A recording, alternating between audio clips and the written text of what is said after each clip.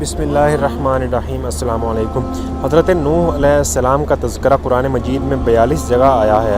حضرت آدم علیہ السلام کی اولاد دنیا میں خوب بڑھتی ہوئی آہستہ آہستہ یہ خدا کو بھولتے گئے جس نے اسے پیدا کیا تھا اور جو اس کا پالنے والا تھا، اور شیطان کے بہکاوے میں آنے لگے جس نے حضرت آدم علیہ السلام کو جنت سے نکلوا دیا تھا۔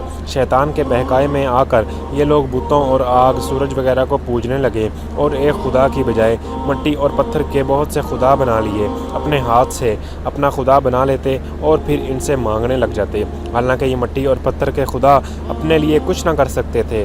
اس کے لیے کیا کرتے؟ اللہ تعالیٰ نے جو اپنے بندوں سے بڑی محبت رکھتا ہے، اس کو کبھی یہ گوارا نہیں کہ اس کے بندے شیطان کے بہکاوے میں آ کر اللہ تعالیٰ کے سوا کسی اور کی عبادت کرنے لگیں اور اس کی سزا میں مرنے کے بعد دوزخ میں جلیں۔ اللہ پاک نے حضرت نوح علیہ السلام کو اپنا نبی بنا کر بھیجا۔ اس زمانے میں لوگوں کی عمریں بہت بڑی بڑی ہوتی تھیں۔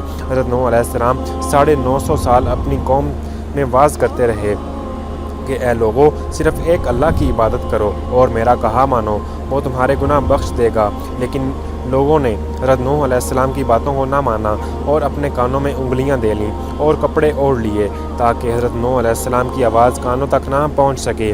حضرت نوح علیہ السلام ہمت نہ ہارے، وہ برابر سمجھاتے رہے اور کہتے رہے، اے لوگو، اللہ سے معافی مانگو، وہ بڑا معاف کرنے والا ہے۔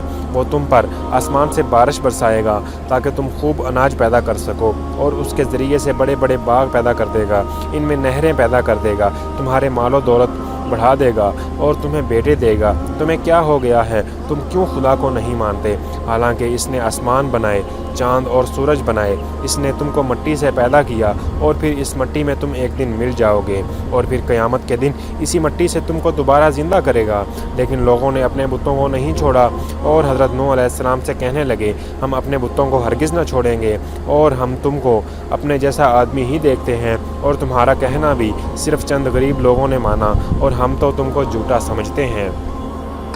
دوستو، اگر آپ چینل پر نئے ہیں اور کون کیا ہے چینل سبسکرائب نہیں کیا تو جلدی سے چینل سبسکرائب کر لیں اور بیل آئیکن پہ پریس کر لیں تاکہ اس طرح کی مزید اچھی اور انفارمیٹیو ویڈیوز آپ تک پہنچتی رہیں۔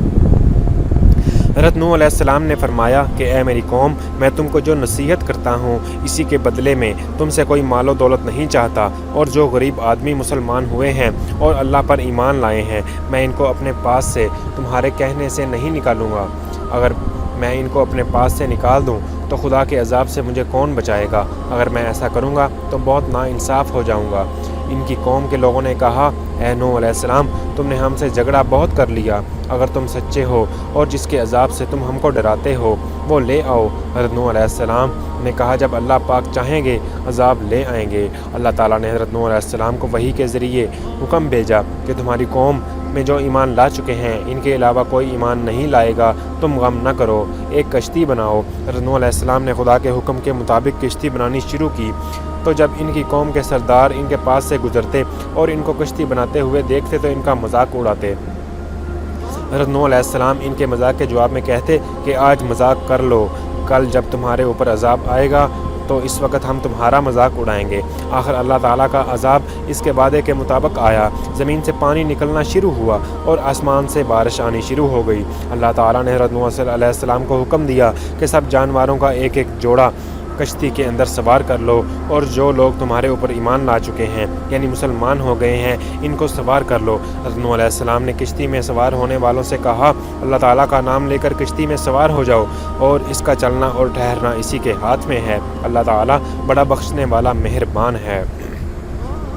کشتی ان سب کو لے کر لہروں میں چلنے لگی تو اس وقت حضرت نوح علیہ السلام نے اپنے بیٹے سے کہا، اے بیٹا، ہمارے ساتھ سوار ہو جاؤ اور کافروں کے ساتھ مت ہو۔ اس نے کہا، میں کسی پہاڑ پر چڑھ جاؤں گا اور وہ پانی سے بچا لے گا۔ حضرت نوح علیہ السلام نے فرمایا، آج خدا کے عذاب سے سوائے خدا کے کوئی بچانے والا نہیں ہے۔ اتنے میں دونوں کے درمیان ایک پانی کی لہر اٹھی اور وہ ڈوب گیا۔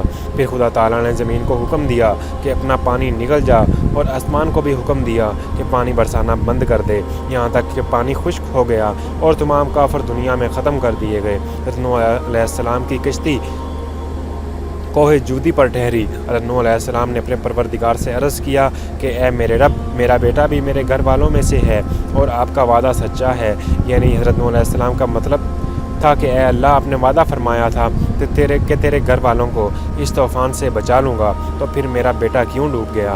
تو خدا تعالیٰ نے فرمایا اے نوح تیرا بیٹا تیرے گھر والوں میں سے نہیں تھا، کیونکہ اس کے عمل اچھے نہیں تھے۔ میں تجھ کو نصیحت کرتا ہوں ایسی بات نہ کر جو تیرے علم میں نہیں ہے،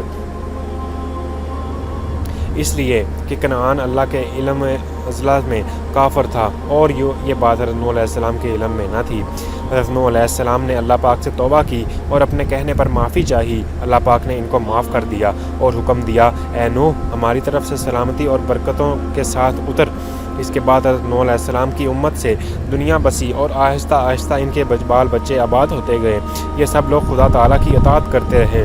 زمانہ گزرتا گیا، آہستہ آہستہ شیطان نے پھر بہکانا شروع کیا، تو یہ لوگ خدا بندے تعالیٰ کو بھولنے لگے۔ حضرت نوح علیہ السلام جو اللہ تعالیٰ کے اتنے بڑے پیغمبر تھے، اپنے بیٹے کو اس کے برے کاموں کی وجہ سے اللہ تعالیٰ کے عذاب سے نہ بچا سکے۔ اسی طرح اگر ہمارے ماں باپ اللہ تعالیٰ کے کتنے ہی ولی کیوں نہ ہوں، اگر ہمارے اعمال اچھے نہ ہوں گے تو وہ ہم اللہ تعالیٰ کے عذاب سے ہمیں نہ بچا سکیں گے۔